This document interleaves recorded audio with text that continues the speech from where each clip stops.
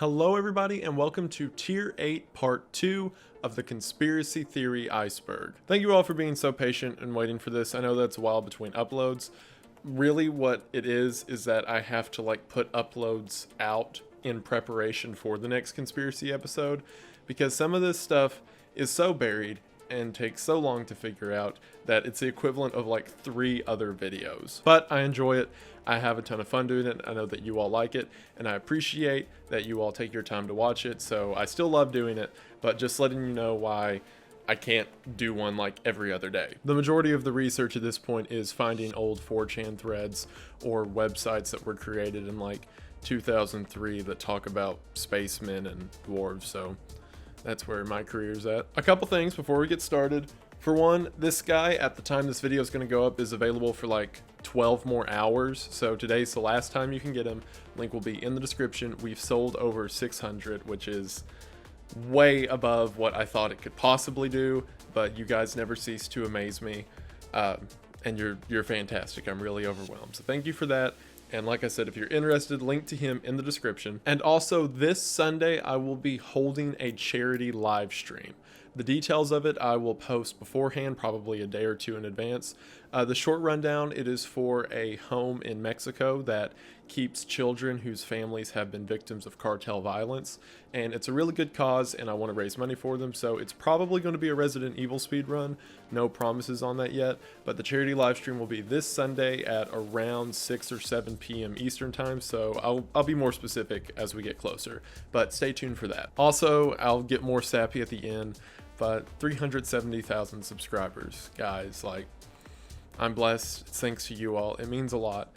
And thank you all so much for watching. There was one more thing I needed to get to. Oh yeah. Hey son, it's me from the past, now in the present, to tell you about something that you should do in the future. As a man who's become the surrogate father to many boys and girls on the internet, for some reason, I'm here to tell you that Father's Day is just around the corner, and what better gift to give your father or father figure or whatever than the Ridge wallet. I have no better advertisement for Ridge than the fact that after they sent it to me for the original ad, I started using it and have not stopped since. Legitimately, it's so much smaller than the other wallet I was using that it's just stayed in my pocket and I've barely noticed it. It hasn't gotten in my way like my old one did. And it really is everything you want out of a slimline wallet. The money clips tight, hasn't had a problem holding cash in. The wallet itself is very sturdy and hasn't lost any of its flexibility. It's easy to get cards out. And the construction itself is RFID proof, so you can't get digital pickpocketers taking your card's information. So I am here to once again inform you that using the link in the description below as well as the discount code Wendigoon, you can get 10% off on your order from Ridge Wallets. Like I said, I've been using it, and the only complaint I have is that now checkouts are normally longer because whenever I pull this thing out, the person behind the counter asks about it and says something to the effect of, that's a weird wallet. And I'm like, actually, it's the Ridge wallet. And they say, well, what's so special about it? And then I have to do the whole ad read again. But really, the wallet is worth the money and worth your time, and I cannot recommend this product enough.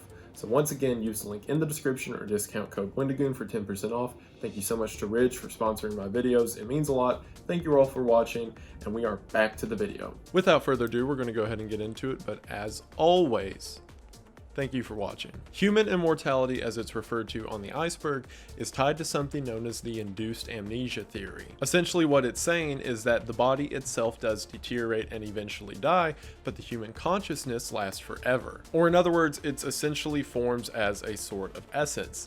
And it's been the jobs of secret societies throughout history as a means of placing them in their new host. So basically, the soul isn't necessarily a soul that passes on to the afterlife after death and is instead physically given to whatever the next body's going to be. And furthermore, information of this getting out to the public has led to theories throughout history such as reincarnation. So in other words, humans are immortal, but the body itself is not. Elite controls the population with their permission, has to do with an overarching idea of the New World Order. Basically, the higher ups develop ways in order to thin out populations, whether it be disease every 100 years or wars over points that they don't actually care about. So in other words, if two governments come to the agreement that they need to thin out the herd, one will pose a fake threat to the other, so that way they can go to war and lower their population numbers. This also applies further into saying that pushes in the media for people to have less children are part of a greater conspiracy, and that fabrications of resource scarcity are just that, fabrications. And if you'll remember earlier in the iceberg, I mentioned the Georgia Guidestones,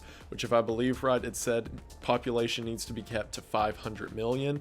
This would be the way of getting to that. Bugsy on this iceberg is referring to the movie Bugsy, which is a movie about the gangster known as Bugsy Siegel. Bugsy Siegel was a mobster who was killed by the mob because he was supposedly stealing money and incorrectly managing funds. Bugsy renovated and began the Flamingo Casino in Las Vegas, which at the time was pretty much just a water hole in the middle of the desert, and many believe Bugsy as being the one who made Las Vegas what it currently is. However, it's with these funds that he got from East Coast mafia groups in order to start and renovate the Flamingo Hotel that he started to scrape money off the top, which of course they didn't like. So then he was murdered and went down as history as being a bad guy who started one of the most famous cities in America. The theory is that the movie Bugsy, which portrays him as a sort of charismatic gangster archetype in movies, was created in order to take prejudice away from the ideas of Sin City itself. Or in other words,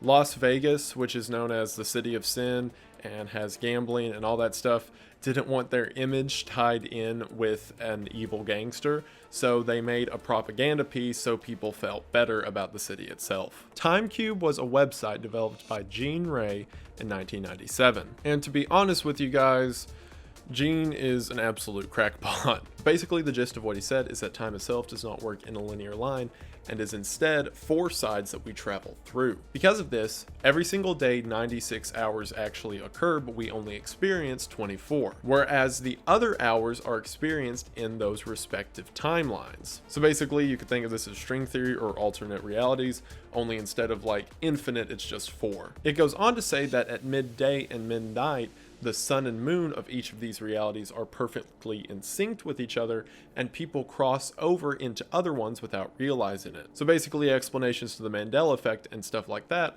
are due to people accidentally crossing over whenever all 4 planes line up. I also have to mention, because I can't not mention this, he said that standing at each of the corners as guardians were Jesus, Einstein, Socrates, and Bill Clinton.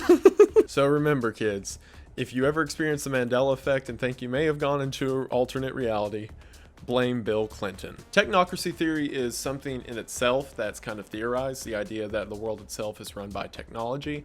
However, this is specifically saying that an AI system runs everything. The idea being that over the years, as we've become more reliant on technology, the higher-ups or elitists have built machines in order to tell us what to do. This all has to do with the illusion of choice. So say an election, for example, you may vote expecting a candidate to get it, whereas the AI has already predicted the best turn of events and decided what's going to happen. The idea behind it being that free will throughout time has been replaced with comfort, and that now in these final stages of a technocracy that we have built for ourselves, the AI makes every decision, but we've given away so much free will at this point we can't even tell. Whatico is a Native American legend that has to do with the spirit of greed and selfishness. The basic idea behind this is that it is a virus that can infect people if people allow it to, that makes someone become more self-desired and individualistic instead of caring for a community. The root word of Whatico is the same root word for Wendigo,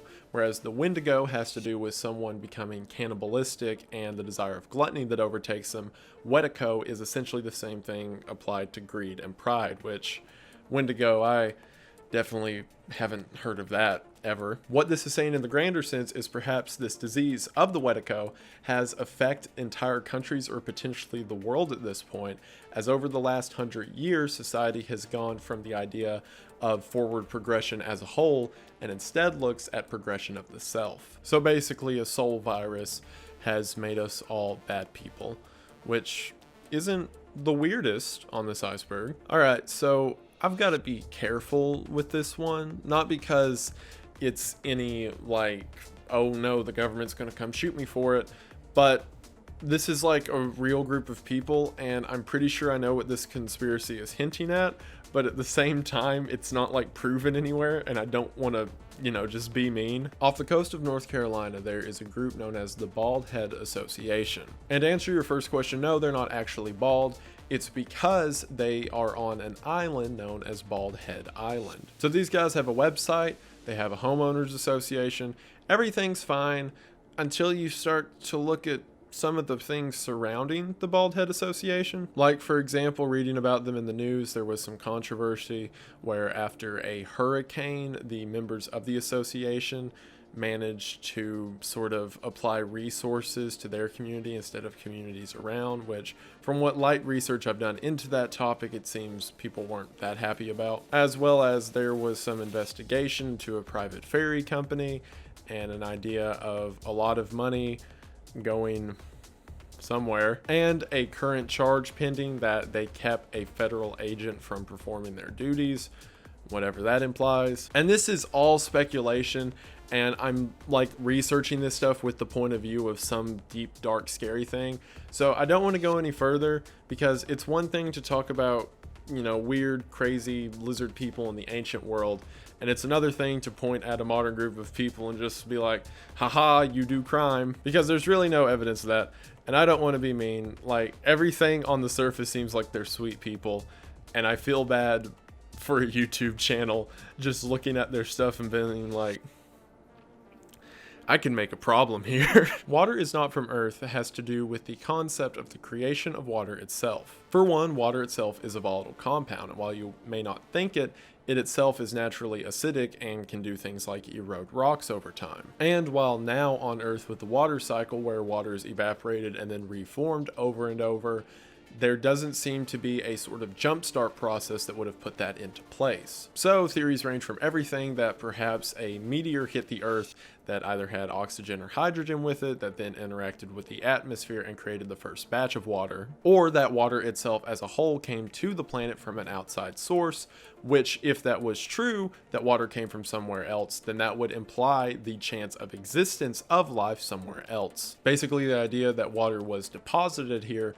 rather than being created here. RuneScape conspiracies is specifically referring to the most famous RuneScape conspiracy around New York City. The idea being that RuneScape itself exists as a New York City virtual counterpart. Evidence of this is everything from the game consists of large different ethnicities that come from separate boroughs that all interact within the same main space. There's forms of begging, there's different ways to make money, and the richest most often are those who play the stock market. People inherently can't be trusted, and there's a selfishness when it comes to greed and how to obtain money within the game, which is kind of mean to New Yorkers, but whatever. There are events and functions that occur in which people gather and celebrate before going back to their domain, and there's even an underground transport system throughout the entire map. So the theory states that perhaps RuneScape was put together as a means of testing a sort of feudal post-apocalypse New York City. And it goes even further and says that perhaps RuneScape was created by the government as a way to monitor either transaction as it corresponds to the real world, or potential transaction if New York City was to fall apart. So if you've ever played RuneScape, I guess you work for the Fed, so congratulations. The concrete people of Calagasi has to do with a mine located in Chile. In 2013, roughly 35 people witnessed what they all claimed to be a UFO flying over the mine itself. It stayed there for a few minutes and fit the typical description of a sort of flying saucer. However, while the flying saucer was above them, people looked around them and saw several what appeared to be concrete people standing in their midst. They were all gray, made of stone, and were all sharing their same position looking up at the flying saucer. As people began to panic, the flying saucer left, and with it, the concrete people just disappeared. Theories on this have ranged from everything to ancient religions, to perhaps these are expressed forms of the extraterrestrials themselves, and of course to it being just a hoax, which is always so lame. I hate whenever you're reading these and they're just like, yep, it's probably fake. It's like, do you ever get out of the house? Codification is one of those that makes me absolutely hate this iceberg, because it's just one word and good luck figuring out the conspiracy around it. Because codification is a real thing that happens in politics, so I can only assume it means that. But with the rest of this iceberg, I feel like there should be some giant multi-level code that creates humans or something, but no, it just has to do with like county politics. Basically, codification is a term that is applied to whenever governments move counties or demographics of people in order to fit new voting codes. Basically, if they look at districts in a state when it comes to voting, and they see that one population greatly outweighs the other, so they change the rules of where the lines are in order to better fit the demographics. This form of sort of moving the goalpost has led many to think that perhaps as a means of keeping the people from actually having a say in what happens to them, whenever people begin to band together in order to make a difference, the state itself will just change the rules so that it doesn't really matter. So this is an elaborate way of them to maintain the agenda that they want and simply give the people an illusion of choice. Inverted humans is in reference to ancient artwork that depicts exactly that, upside down people. In other words, across a lot of old world drawings, there is a consistent theme of a group of normal people, standing upright, surrounding someone in the air upside down. Now, while many just interpret this as a form of art, others have pointed out the weirdness that it occurs in a lot of cultures in the similar way. And in some of these that have descriptions attached, such as in the Middle East where there's images of it, there's references to them going from soil to sky. So being upside down and from the ground to sky, that sounds like Hollow Earth to me. And, normally these inverted people are like taller than the people on the ground, so, tall underground. That sounds to me like Italian languages is in reference to the really weird fact that people who speak the Italian language over time have a change in their DNA. Now, this isn't enough that like a human can transform their physiology from just speaking Italian, but it is enough that through DNA testing there is a difference seen before and after someone moves to Italy. And while the specific experiments and the greatest results have been seen from the Italian language, this has been found in certain instances around other languages too. This goes back to the idea that languages themselves have a sacred meaning, and that some languages have the power to induce life in different forms. This is a big reason that ancient spells and things like that are said to be done in Latin or other old languages, because the language itself has a hidden biological power. So in other words, words spoken in certain language can induce a literal soulful or life energy that another language could not. Saint Alvin's Creations is in reference to the video game developer Saint, and specifically his most popular creation of Schnell online. You can find footage of Schnell itself on YouTube, but it's a sort of weird multiplayer game. Several have compared it to Second Life in the way that it's a bunch of characters together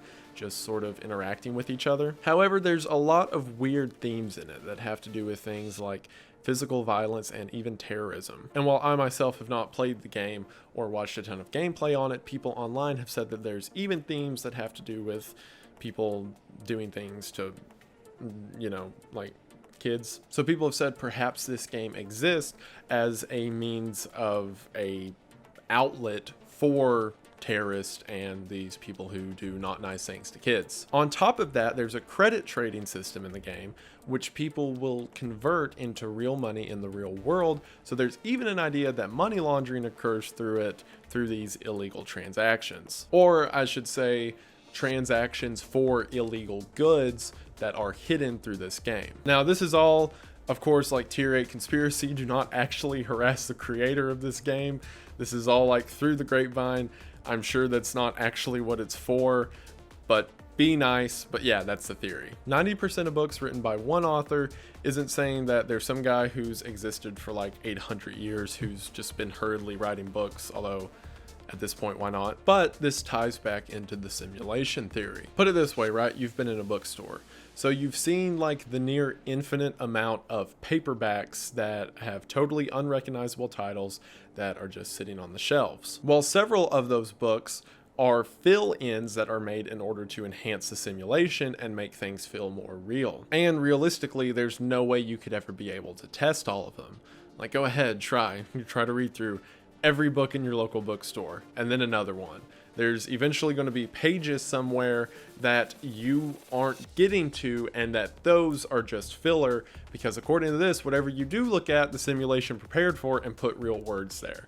So try not to let that bug you. CCAXX1 is in reference to the launching of the Zuma satellite. Basically, the Zuma satellite was a satellite that was launched by SpaceX. However, the details around it are really shady. Like, for example, the creators of the Zuma satellite never wanted themselves to be known and even loaded the rocket themselves. And supposedly CCAXX1 is the code that was given to whatever was on board. Theories say that perhaps whatever's on board is a form of biological testing, more specifically testing on amoebas in order to create a sort of super amoeba. And again, at this point in the research, it's really hard to find direct lines connecting things, but a lot of people tied the Zuma satellite into the concept of brain-eating amoebas, which when you think about it, brain-eating amoebas are like really weird that they exist. Like the fact there's like trillions and quadrillions of amoebas everywhere that at any point don't cause any harm except a few that just eat your brain. So this is saying that perhaps those amoebas are genetically engineered, and the Zuma satellite is either a means of maintaining them or to enhance them somehow away from Earth. Holy Grail found centuries ago is in reference to the Holy Grail and the idea that perhaps elitist rings have been using its power for a long time. Historically, the Holy Grail is the chalice that Jesus drank from at the Last Supper. And the idea around it is that if anyone drinks from the Holy Grail, they'll have eternal life, knowledge, and a whole slew of other abilities. The idea being that historical figures have been drinking and getting the power of the Holy Grail for hundreds of years, and the reason that secret societies are able to be maintained for so long and continue so efficiently despite having a rotating list of members is because the highest up members have been eternal and there from the start. Bovine hormone conditioning has to do with another level of population control. So you know how you hear that in recent years all of the hormones injected into cows is making people sick? Well, the main explanation that you hear from that is that growth hormones are put in them in order to make them grow faster, so that way they can put out more meat. However, this theory is saying perhaps dangerous toxins are purposefully deposited in these bovines because, for one, it would go undetected, and two, it's a good means of curbing the population. Because at that point, trying to get anyone for making the cows have bad chemicals in them is the equivalent of pointing your finger at the boogeyman. This is similar to the soy theories I mentioned before, with the idea that the government is doing all of this stuff to the food that we eat as a means of changing our physiology. Only whereas soy was making men weak, this is making cows kill you. XRA Psyops has to do with the Adult Swim cartoon Xavier the Renegade Angel. The idea behind it is that the show itself was created as a means of anti-religion. Not only that, but that the show itself proliferates ideas such as degeneracy and kid stuff, and that specific degeneracy combined with a lot of themes of blood rituals and stuff like that is a means of normalizing the population at large with things like the Epstein rituals. So in other words, these elitists who kidnap children and perform blood spells created a show on Adult Swim so that whenever it's brought to light, you'll be like, hey, it's just like that cartoon. I make jokes like that now, but the way we're heading, I wouldn't be surprised at all if whenever all that stuff comes to light, people are just like, oh, okay. Bug chasing is a real thing that is awful. So bug chasing is a thing that happens in online crowds where people want to both contract and give STDs to as many unknowing people as possible. This is most often done with things like HIV, which they refer to as the gift, and several people in these online communities take on roles as the hunters and prey, with some people even trying to collect as many STDs as possible within their body. While a lot of it is consensual, or basically they want to have the disease put into them, several are serial killers in everything but name and just try to give it to as many people as possible, which is absolutely evil and disgusting and horrible. And I read stuff like that, and then I think back to like the Epstein people making a TV show in order to make themselves more okay, and I'm like, Alright, I could see it. Hostile plants has two branching theories off of it. One being the idea that hostile plants themselves are a sort of genetic experimentation, or at least are behind the scenes being genetically experimented on. Like, for example, take bananas and watermelons and other plants that over time we've genetically engineered to be bigger to suit our needs. So for example, if there's some like umbrella corporation kind of company out there who sees the Venus flytrap and is like, I bet we can make that thing eat people, which would make a form of self-sustaining security. The other idea is that the existence of hostile plants, or in other words, plants that have adapted in order to be aggressive in their environment, implies that at one point they were potentially competitors with life as we know it. Like the whole idea in evolution that things evolve certain characteristics in order to be more fierce. Well, this is saying that because plants did that, there's potential that if it wasn't for people or life, that they would keep doing that, and then eventually it'd be giant plant monsters everywhere. Upward causality is cause and effect as we understand it, only backwards. So for example, in an ecosystem, let's say you have water that comes down from the sky.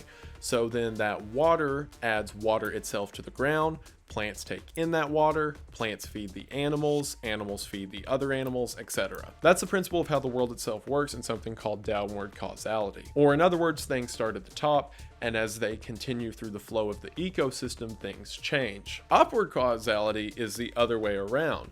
So the animal that needs to eat another animal makes that other animal have the desire to eat food, which makes the food have the desire to take in water, which makes the sky produce more water. While this is a real backward thought of how things work, it does tie in well to things like simulation theory. So for example, you as the person need to intake food, so the system itself puts more food into it, which means it has to supply water for the food and blah blah blah. What it basically comes down to is the idea that the most affected in a society are actually creating the effect itself. So rather than being beings that inhabit a biosphere, you yourself are the creator that changes the biosphere around you. It's really like confusing and out there and weird ideas, but this is tier 8. What did you expect? Lithuanian poems has to do with Lithuanian poems that were discovered in the early 1900s that seemed to correctly predict events that would happen in the future. Specifically, several of these poems from Europe correctly described things like the Holocaust and the World Wars 20 to 30 years before they ever came to be, with some records saying that these poems actually originated in the 1800s, so tack on another 100 years to that. What's interesting is that several of these influences of Lithuania come from Sanskrit text, which, if you'll remember, I talked about earlier in the Iceberg. Sanskrit text itself is interesting because they had all the predictions of what comes in the future as well as aliens. So through the whole grapevine, we can see that perhaps this alien influenced society influenced another society that was able to correctly predict things that would happen a century in advance. So basically, aliens tell a group of people who tell another group of people, and then they predict World War II, which at this point makes perfect sense. And that is it for Tier 8 Part 2 of the Conspiracy Theory Iceberg. Thank you guys so much for watching. It means a lot. I have no idea how many videos there's been in this whole thing now. I guess it'd be around like 18. I mean, I could look at the playlist right now, but it's funner if I'm just wrong about it. I mean, you all can see. But thank you all so much for watching. It really does mean a lot. 370,000 subscribers. I say it every time. I can't believe I hit 10,000. I can't believe I'm at 370,000. And you guys are fantastic, and it really does mean a lot. So thank you so much for that. This means the world, just where I'm at and everything. I've got a lot of really cool opportunities on the way that I can't talk about yet, but I wish I could. I'm so pumped for some of the stuff that's coming up and the people I've been put into contact with since starting this whole shebang, and all of it's thanks to you guys. And I really am living the dream right now, and it's thanks to you all. So thank you so much for that. Thank you so much to everyone who's subscribing. Thank you to those who are watching. Thank you so much to my patrons. Thank you to my top tier patrons here. You guys are the most fantastic with just the continued support. I can't believe it. So thank you all so much. It really means a lot. One last mention, this dude, he's got a few hours left on him. If you want him, get him, and then he'll be gone forever. but I appreciate you all getting in on that, and it really does mean a lot. So thank you all so much for watching. I'm going to continue to crank out the videos. Live stream this Sunday for the charity event, and like I said, there will be more specifics as they come up. I'll post something in my community tab at least, and follow me on Twitter. It's just at Wendigoon and then the number 8 at Wendigoon8 for more details on that. But stay tuned for that if you're interested, and I believe that should be everything. So thank you all so much for watching. I hope you enjoyed, and I will see you in the next one.